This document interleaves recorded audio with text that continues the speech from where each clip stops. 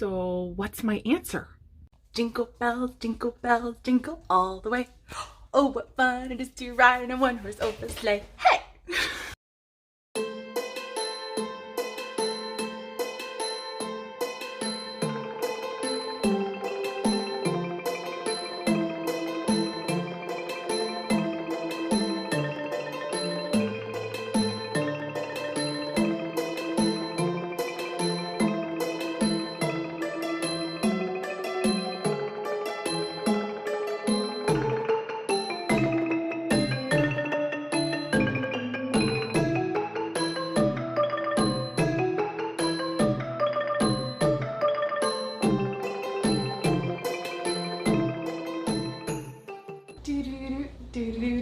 Vegan prepper. Vegan prepper. Hey everyone, Kathy the Vegan Prepper, and obviously in this video we are discussing the question, should Christians celebrate Christmas? So yeah, we're going to be talking about that, at least kind of from my perspective. And then first off, though, I have to say, I don't like the question. The question is poorly worded. I think it's a bad question. Any of you who have followed me for any length of time have probably heard me say at least once, I do not like to should on people. I don't should on people. I feel like, especially, New Testament Christianity, we are about grace. That doesn't mean that we have license to dishonor God or sin or whatever. It means that we are, at least for my part, my belief, my heart is that I'm called to abide. I'm called to live in Christ as Christ lives in me, and that it becomes, it's grace, right? Because he says, my yoke is easy, my burden is light. He's not shoulding on us either. He's not putting that on us.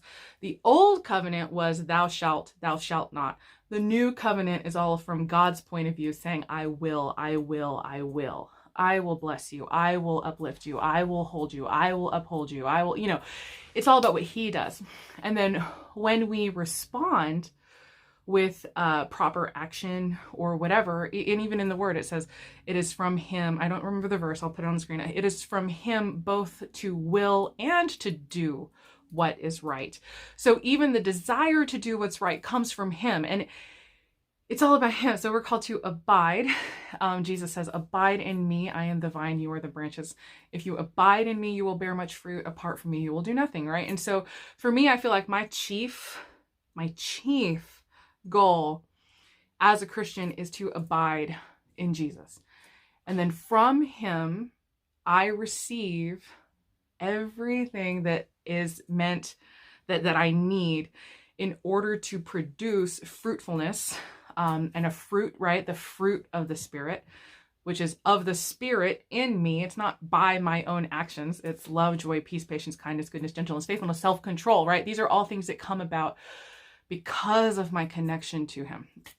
So that's for me really what grace means. And I understand, faith without works is dead. Well, of course it is, because if you have a fruit tree that stops producing fruit, there's something wrong with it. Hopefully it's not 100% dead and you can revive it. But yeah, like it doesn't produce or say it's dead. It's not going to produce anymore. But if it's alive and if it's connected to its source of water and it has the nourishment that it needs, you will not be able to stop that fruit tree from producing fruit. It's going to come out naturally in its season. There will be such an abundance of that fruit. You're going to be filling baskets and try to get people to give it away to people. Nobody's going to want it. Everybody's going to be like, why did you plant a grapefruit tree? Why don't you plant a peach tree or an orange tree or something that people actually want? That's the problem that my grandma runs into every year, because I really do not like grapefruit. And she has so much grapefruit, she can't give it away because nobody likes grapefruit. Maybe you like grapefruit. If so, tell me. I'll see if I can ship you some grapefruit. Not really, but that's kind of what I'm saying. Like for me personally, and I feel like I have to clarify that whole grace thing. For me, it isn't about, again, just like a license or you do whatever the heck you want.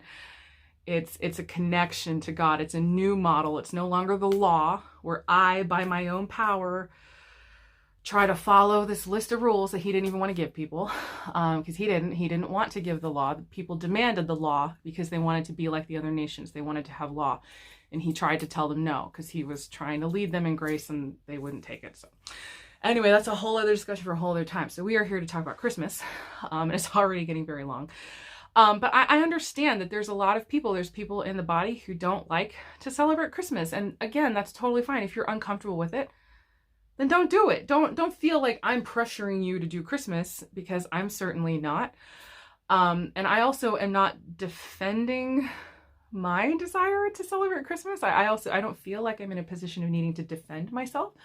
I just figured I'd come on and discuss it, because I've actually seen, because I follow a lot of prepping channels, and I've been seeing some come up, like this is coming up. And overall, like pretty much everyone so far has been, this is why we don't celebrate any holidays. Like they discuss their reasons. And then I can kind of understand the logic and the thinking, but I just thought I'd bring my own fresh perspective, hopefully, or a little fresh perspective on it, with a little bit of fun, because I can't help it. I have to have fun. And yeah, so let's go ahead and start like right away. So I guess like the main objections that I typically hear or have heard is, number one, that Christmas is based off of a pagan holiday, and that is 100% true.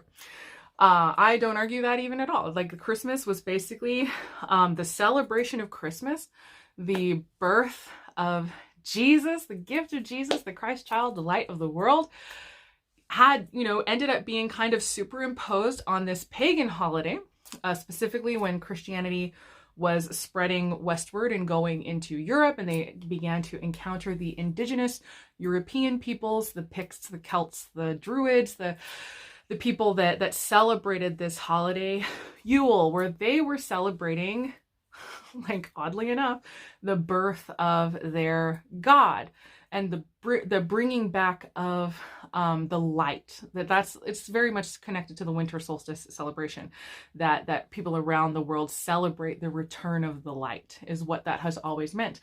And so it's kind of like almost weirdly perfect to have Christmas right there, like to me personally, I'm like, that's some good marketing, yo. Like, I don't blame that at all.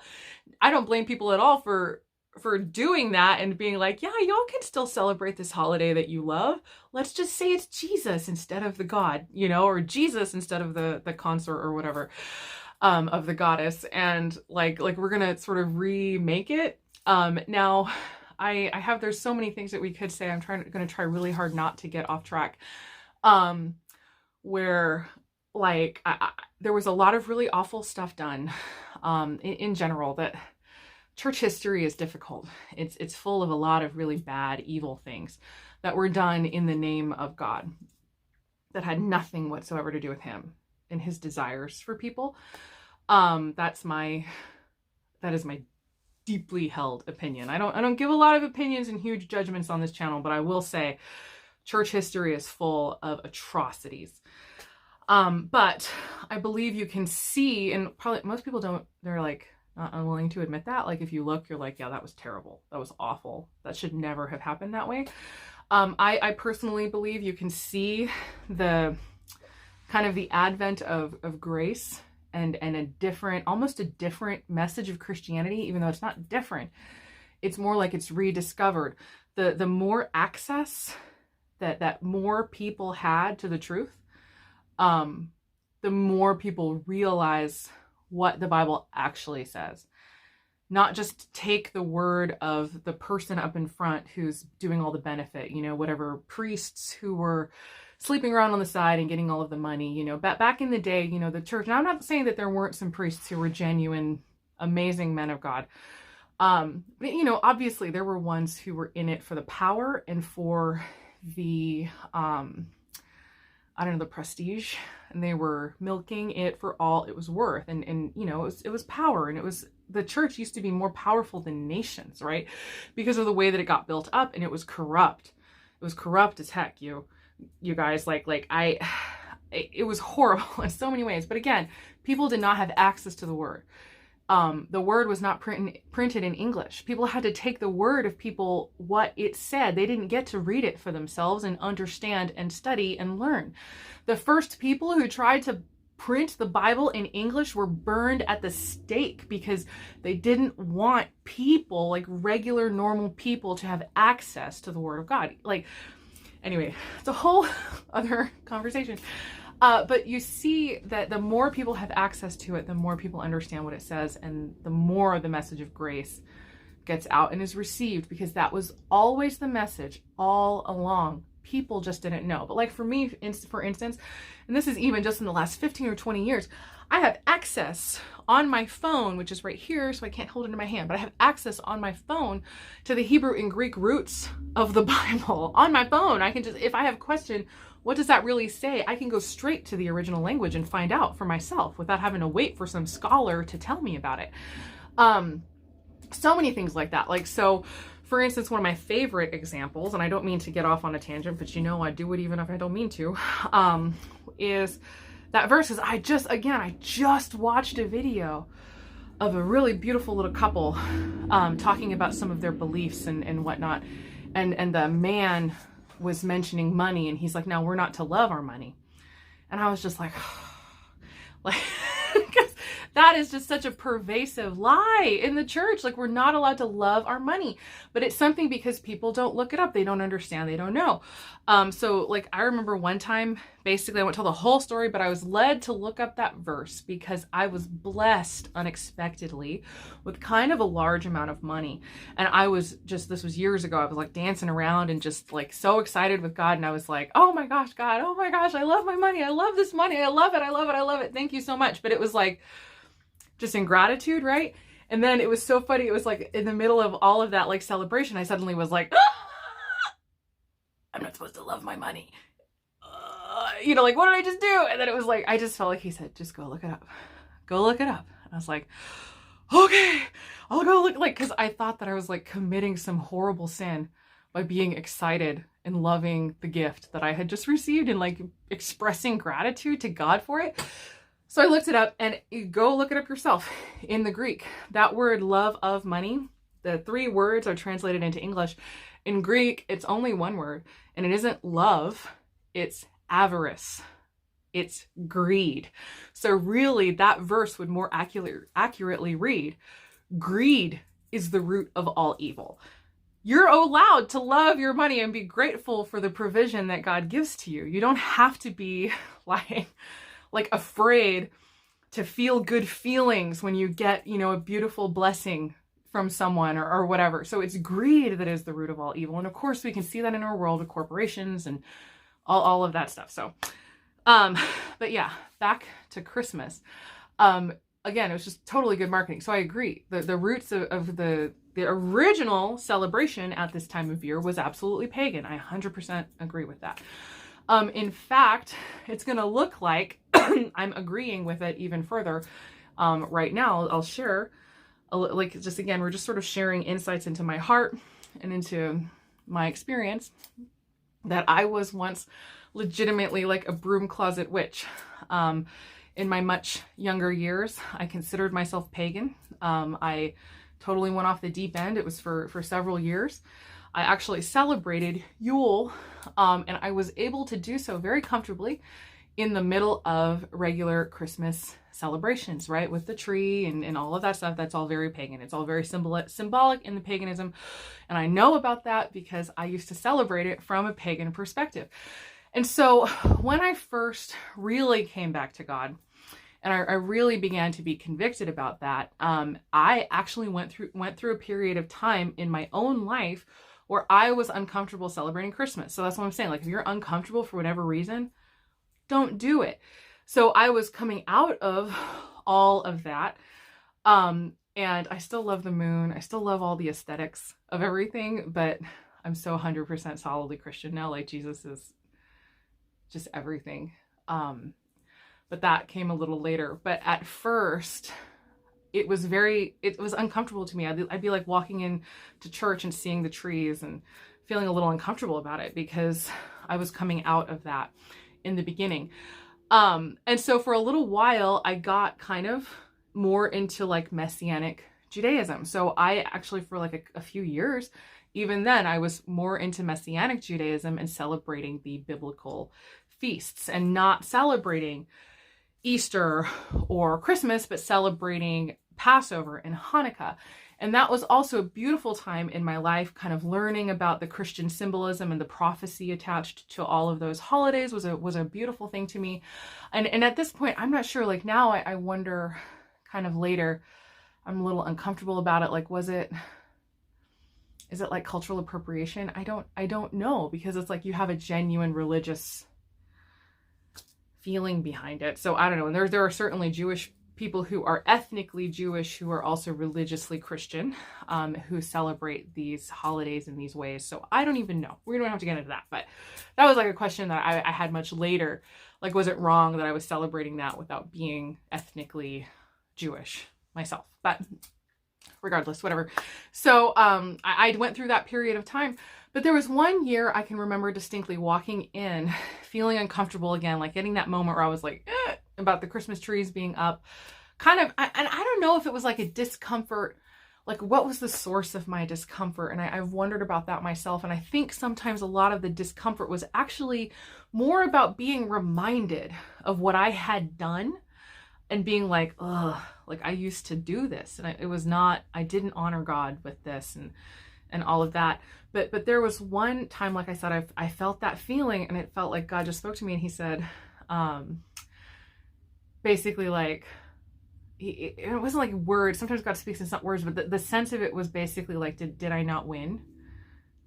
Was it not a victory? Like when Jesus died? And I remember like, like, did he not win?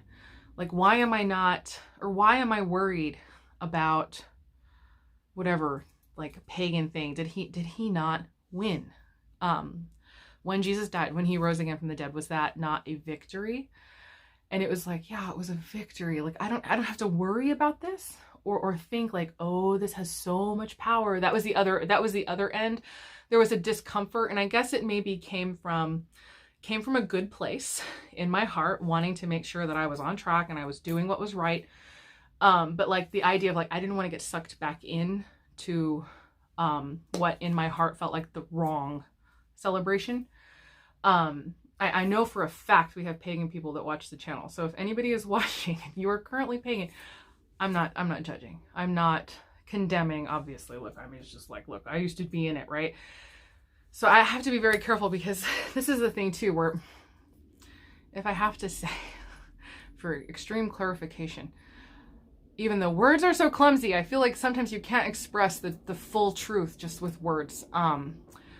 But like, while I do believe that what I believe is right and correct, and I believe that it's true, I also recognize that other people have genuine connection and reverence for their own belief systems. And like one of the things, like for instance, with church atrocities, I sort of mentioned briefly, I think one of the atrocities would be like the times that Christians would take over a nation and then would go in and like decimate places of worship or destroy stuff. And I just feel, and honestly too, what they didn't just destroy a place of worship, they destroyed history. We lost so much history because of religious zeal. And there are other religious groups who do the same exact thing. So I'm not just, being mean about Christians, but like, I can't destroy something or like spit on something, because I understand that people still hold, like I'm compassionate to the person. And again, I was it not a victory? Like, I don't have to destroy what they love if God really has won. If it really is the truth, they will come to the truth. I don't have to destroy something to make them come to the truth. Does that make sense? Hopefully. Like I said, I can't like the whole nuance of everything that I believe. It's really difficult to say about. Anyway, so yeah, so was it not a victory? And then I started slowly like kind of coming back and realizing like that year I was reopening my heart to that celebration of Christmas. Was it not a victory? Also, having actually a really beautiful personal interaction with God, like this thing that used to be pagan and it wasn't honoring to him, has now been transformed into this absolutely beautiful celebration that puts him front and center and does honor him. And I was like, oh my gosh, that sounds like me.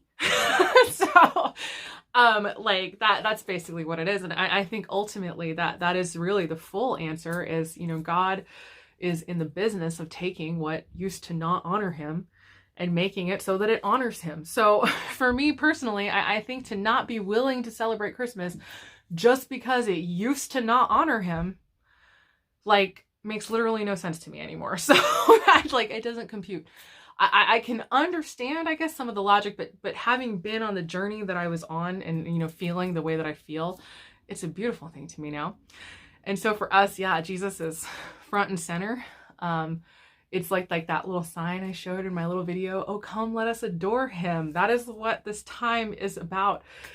Christmas is a celebration of the gift of God, of his son.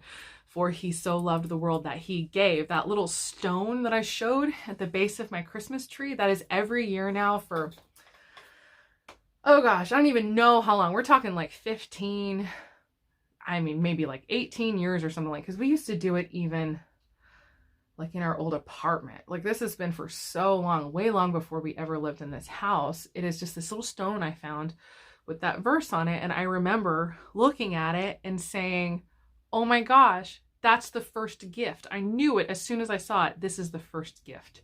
And that's what it became. It wasn't even Christmas when I bought it. But when I bought it because every year at Christmas, when we decorate, when we put everything up, we put up the tree, we do all this stuff. That's actually one of the reasons I don't put an angel on my tree, because I don't like lift up the angels. Like, so that's like, that again, that's in a bit, like, if somebody has an angel on their tree, I'm not like judging them, but like, that was just sort of like my personal thing. I was like, yeah, I'm not gonna like raise up an angel in my house. There's like a little angel over my nativity, because that's, you know, biblically accurate. And that's also why the wise men are not there. The wise men are over on the dining room table, and my nativity is just the shepherds and Jesus and Mary and Joseph and all that. And then the little angel, so that's accurate. And then the wise men showed up like 2 years later, so they are off in a different spot. But I put the star on because it was the star, right? The star was in the heavens leading people to Jesus. And so that's kind of like, we're meant to be the light and blah, blah, blah. But yeah, that was the first gift. And every single Christmas when we decorate, we sit. After we're done decorating, we have a moment where we get quiet and we sit and we pull the rock out, and everybody knows about the rock, and we read the verse on the rock. And then the rock goes under the tree because it was the first gift of Jesus, is the first gift. And it's also kind of the rule that never gets covered up. It's always in the front. So it's always there. I know that there's a lot of people too who don't like to celebrate because it's overly commercialized. And I feel like then you can make a different choice. Like, just make a different choice. Don't make it so commercial. We have a lot of presents. I love presents. Like, my love language, if you're familiar with the 5 love languages, one of my primary love languages is gifts. I have like a direct tie between words of affirmation and gifts. And so for me, that's one of the ways that I express my love. And I get very excited to give to people. And so we also, we work at attempting to support small businesses, local businesses, keep the money, you know, in our community and support like real people and not just, you know, pad the pockets of corporations. But of course, even that, we're not super perfect, because like the 2 giant boxes behind the tree are actually desks for my sons from IKEA. So that's because both of them they are sorely in need of new desks, and it's sort of just preparation as well, right? They are probably just a few years from moving out. My oldest son is 20. My younger son is 15. And so, yeah, we're getting them set up. I am actually consciously right now, oh my gosh, that's going to make me cry in a different way. Oh, I'm getting consciously, like, as a prepper, right? I'm prepping. I know that this is coming. And so I am systematically replacing everything that they have, like, in their room, to be, you know, brand new and nice, so that when they move out, they'll have nice things to take with them. So anyway, but you know, you just make the focus Jesus. Like, it doesn't have to be anything else. And now it's such a beautiful thing to me. And I don't even think about the old days, or like the old times when I used to celebrate differently. Like, there's part of me sometimes that wonders if almost like I don't know, the reason that story is so perfectly in line with the story of Christmas and the story of Jesus is because, I don't know, did they like receive truth that they just expressed in a different way? Because I don't think that Christians are the only ones that God speaks to. I don't know. And then it's like they have this story so perfectly, like, I don't know, whatever. I don't know. So yeah, that's just like sometimes I start thinking about things and it's not, maybe I shouldn't go there, but yeah, I don't know. It's just interesting to me. So I don't know if I covered everything. It can be wasteful, I guess, too. Like the zero waste part of me doesn't like all of the waste, but like, I think there's not a single new gift bag under that tree. The gift wrapped gets recycled. Like, we work at making it as little waste as possible. So yeah, there's a lot of objections, but it's like, just fix it then. If you don't like it, then just fix it. Or again, if you don't want to celebrate, then just don't celebrate. It's fine. Nobody has to do it. But I think that there's like a genuinely beautiful thing about it. People say too, like they don't like the gifts because you focus more on the gifts than you do on God. And that also, like, that doesn't quite compute with me because I feel almost like God's main love language is gifts. Because it's like, that's how he expresses his love. It's gifts and blessings. And it's like, to me, it's like, do I love God so much? Like I had shared like a little bit earlier, like with that money, like I got the money and then it was this instantaneous, like, thank you so much. Like I was totally right there with him because I recognize that he is the source of the blessing, right? Like he is the lively God. That's like, he's the living God. But really when you look up the original word, the picture, it says lively. He's the lively God who gives us richly all things to enjoy. You almost get the picture of him in heaven, like, like, I'm going to give this present to you. Like, he's so excited about the presents he's giving to us. And it's like, God, throughout the Bible, his blessing was signified with gifts, with wealth, with all, kinds of things. And I'm not saying that we seek wealth or that if you're not wealthy, then you're not blessed. I'm just saying like God gives. Like that is his expression of love. It's how he, so it's like, I don't know, like to have a completely giftless moment. It almost to me doesn't feel like that's honoring God. Like we honor God too by being like him. We imitate him, right? Be imitators of God. Little children, be imitators of him. And so we imitate him by giving gifts to people because that's like blessing and loving and being generous, because that's the way that he is. And so to me, if you take the gifts out of Christmas, that almost is removing almost like the biggest picture of who God is, because Christmas is all about the gifts. The main gift was Jesus, of course, that he gives us, but also like, how shall he not, he who gave his own son, like he didn't spare his own son for us, how shall he not with him freely give us all things? Like if you remove the gifts or remove that part of it because you're like afraid of offending him, it's like you're saying, oh, I have to be really careful because I'm afraid I'm gonna like this thing more than I like Jesus, or I'm gonna value this thing more than I value Jesus. And maybe if you have had trouble with that in the past, then maybe you do have to not have gifts for a while. And hopefully he would like rework that in your heart, kind of like he did all the pagan stuff with me. But like, yeah, I'm sorry. Like, so I'm trying to like work it through because I'm like so puzzled. I'm trying to understand the mindset. I just don't understand the mindset because I'm so of a different mindset. But again, it's none of this is shooting on anyone, but I feel like you can't, he's the best. Like Jesus is the best, but then we also get the rest. And like God isn't insecure about giving us other blessings because he's like afraid that we're going to like some book off our Amazon wish list more than we like Jesus. Like, you know what I mean? So anyway, okay, I guess that's it. So I don't know. It got really long like it always does, but hopefully you enjoyed just sort of watching me think. And if you have any questions or comments down below, go ahead, let me know. Let's continue the conversation in the comments. If you don't celebrate Christmas, you got this far. Well, thank you so much for listening to me express my view, and hopefully you didn't feel like I was poo-pooing your view, because I'm definitely not. I think that everybody is we have our own journeys, and I think that God like, it doesn't have to be like a should over the course of like every single person has to do every single thing the same. That we're all different and we all have different needs and different experiences, and God treats us that way. It's kind of like all the little plants in my garden, right? They all have different needs. I have to treat them differently. If I want this one to flourish, it needs different treatment from this one to flourish, you know? And so this one could say, well, why don't you get all the sun? Because you need sun in order to thrive. But like, there's like this little one over here who's like, no, really, I need shade in order to survive and thrive.